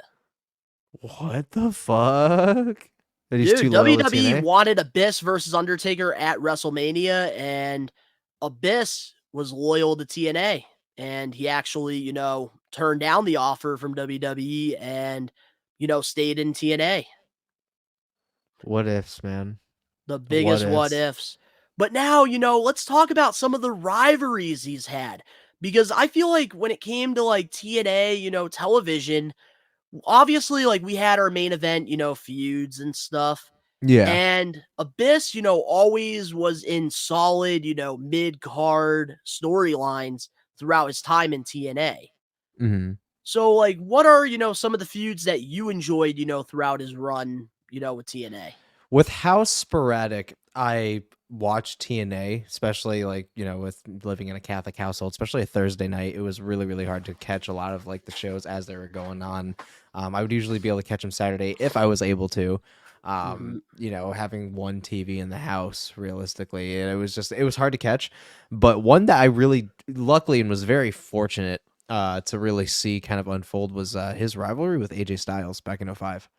That was the really lockdown match? Yes, precisely. That is something that I was really, really fucking into, because obviously styles of, their moveset aside, the size difference, what these two people could do in a ring and have such good chemistry and to craft such an incredible match, man. It was just exciting. And that was one of actually the first exposures to Abyss I ever got. And I remember being petrified. Because you also got to remember, dude's voice already sounds monstrous. So it's like his entrance was amazing too. The da, da, da, da, da, da, da. Yes. And I loved when he had like almost those like jail, like asylum jumpsuits. Like it was around that time. Crazy The fucking pure white fucking jumpsuit with the fucking crazy ass. Like I think it was like black mask that like covered like his mouth partially and shit. I was like, dude, that's fucking insane. Like Abyss. So many fucking what ifs, man. And just that rivalry was just so damn good. And I was really into it. And like for me, obviously, I loved, playing with my wrestling figures, growing up. And I remember, finding my first Abyss figure at Toys R Us. And dude, in my fig fed, Abyss, he was a main eventer. I loved, putting him through tables. And He was a main eventer. I would actually like grab like thumbtacks, like for real, and I would put them in my ring, and I would have him do his black hole slam onto them, and I would get like my fingers bleeding and stuff because of it. Dude, Dumb. I went in when it came to, my wrestling. Hardcore playing. Don't try this at home. But when it comes to Abyss, a couple feuds that I really enjoyed during his time with TNA, there's two of them that really stand out to me. The first one has got to be with Stevie Richards when, he was Dr. Stevie. And this is when, Abyss, was, in the crazy hospital, the funny farm, and pretty much, Dr. Stevie was trying to control Abyss's anger. But then, like, Dr. Stevie would, abuse him. And then eventually it got to the point where, Abyss, finally had enough of it. And the monster, came back, got a massive reaction. And I just remember, that feud, I really enjoyed it. And that was some of like Stevie Richards' best work as well. Somebody that I really, enjoyed. I feel like one of the most underrated, wrestlers out there. Mm-hmm. Doing amazing on YouTube too, by the way. Yeah. But my second feud that I really enjoyed a lot was, I believe in 2007, he feuded with a guy named Judas Macias. Mm-hmm. And this is around the time where, Father James Mitchell turned on Abyss, and we got this new monster. And dude, the way they presented this guy, oh my goodness, was fantastic. And some of, the matches that they had, at the pay-per-views, I really enjoyed a lot. And I feel like Judas Macias could have been, a big star in TNA, but I feel like they kind of, missed that opportunity. Gotcha. But dude, Abyss, his work was fantastic. I really, enjoyed a lot of his matches. I enjoyed the presentation the most because, like, the promos, they were very, they were real. They were fantastic. And I think having Father James Mitchell as his manager really added a lot to the character that I really liked a lot. But that's the thing, like, I do, even though, putting him over, we put him over during the early days of TNA. And yeah, now I might have to put him under a little bit because during the Hulk Hogan. Nope. This is called the putting over segment. We don't put anybody fucking under. No, I'm cutting your ass off right there. So unless you got something else good to say, don't say it. Nope. I'm calling the So we're not going to talk about Joseph Parks. No, we're not talking about Joseph Parks. We're not talking about Joe Parks' actual name. No, we're talking about Abyss. Okay, I actually do have something past 2009 that I could put Abyss over for. Okay, we only put over. This is called the getting put over segment. We're not focusing on lows. All right. And I'm not gonna put, his time with Hulk Hogan over. I didn't really like that, but I am gonna put this over. He was, in this really cool, group tag team called Decay with Crazy Steve and Rosemary. I really enjoyed, their tag team. I think it was definitely something unique, something special during, a time where a lot of people weren't tuning into Impact Wrestling. And they came out to Marilyn Manson, the Nobodies, and that's sick. Such a sick presentation, man.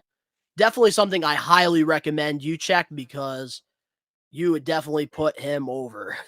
Oh yeah, you put that whole like group over, I feel like. Oh, I believe it. I have no doubt. And I think it worked out too around that time because Abyss was, slowing down in the ring because of, the wear and tear from all those Monster Balls matches. So I think putting him with a guy like Crazy Steve really worked. And I really enjoyed their work, with the Hardys. They did the whole, the compound match. I think it's the ultimate like deletion or something. Yeah. But if there was somebody that, if there's anybody out there that you would love to like fantasy book against Abyss, who would it be? Bray Wyatt. Oh my god, damn. And I don't have to say anything of it, just Bray Wyatt. Because they would make magic in itself. So Bray Wyatt would be who I would choose. I would love that if like Abyss was going against like Bray Wyatt around the time where like he had the Wyatt family. Yep. Eater of Worlds, exactly. So if I had to pick like my dream opponent for, Abyss, oh man. I do love that with Bray Wyatt. I said I fucked you up, didn't I? You fucked me up. Honestly, I'm gonna have to steal your answer. I'm gonna have to go with Bray Wyatt. So it's a collective effort. Okay. Maybe him and Braun Strowman in like a death match. That'd be pretty cool. Well, I'm talking about Braun Strowman when he first came like into WWE, like a part of the Wyatts as like the black. Got sheep. you. A little bit more unhinged Braun Strowman. Yeah. Okay. All right. I can see that. Yeah. And Abyss, he had a fantastic, run in TNA. He was a Hall of Famer. He also won the NWA, World Heavyweight Championship. He was also, a former tag team champion as well. Mhm. And he was one of the guys that, is one of the biggest what ifs because, not a lot of It's people get that unfortunate. opportunity to work with The Undertaker at WrestleMania. And to win a title of all things and end a fucking streak. Like, come on, man. Come on, man. But I have Yeah. to give him his loyalty is top shelf 100, though. I mean, I do have to give that to him as he stayed loyal to something that he knew. And, I can't fault anybody for that. And I love that, like, he's still a producer in WWE to this day. He's doing Yeah. a fantastic job there. And having somebody that, has been so loyal and sacrificed probably a lot of money for, A lot of this fucking up and life, coming too. company. Like, I'm really happy that WWE, keeps him employed and, he's a part of it. Yeah. Even though I would love to, meet Abyss again and, get the opportunity to really hear him on podcasts and stuff about some of these iconic moments. It is cool to see that he's still, employed and still doing something in the business. For sure. So, yeah. This week, we put over the Monster Abyss. And let us know in the comment section below your favorite Abyss moments. And next week, Ben will be able to put somebody over because I picked Abyss this week. Are we going to get a clue or are you going to wait? Or are you just going to spoil it? No, I'm probably going to just fucking spoil it, honestly. All right, who's next week? Next week on We Are Wrestling 81. Please tell me Person it's that we- nobody in the McMahon family. Done. Yeah. It is somebody in the McMahon family, technically, because the next person is Triple H. Triple H. I feel like there's been enough time now to where I can genuinely put over Triple H for what he has been doing for his career, obviously. Going through the history, favorite moments, favorite matches, and also his WWE, fucking suit career.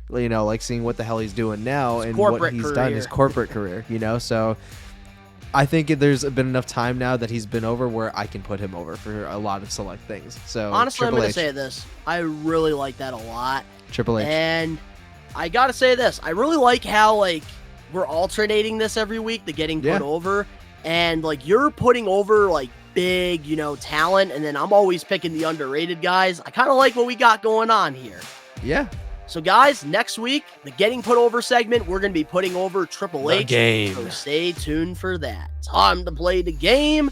But with that being said, we're getting to the final level here because we have the main event topic for the We Are Wrestling podcast, episode 80. And, man, Phil Brooks, he loves to be the main event topic because last weekend at Bound for Glory, it was reported that Ace Steel, one of, CM Punk's best friends, is working as a producer for TNA Wrestling. The next tapings after Bound for Glory the next day, CM Punk visited backstage. He spoke to top talents like Will Ospreay, Josh Alexander, and Kazarian. Impact actually offered Punk to appear at Bound for Glory that Saturday, but respectfully declined. Went to his Chicago Blackhawks game instead.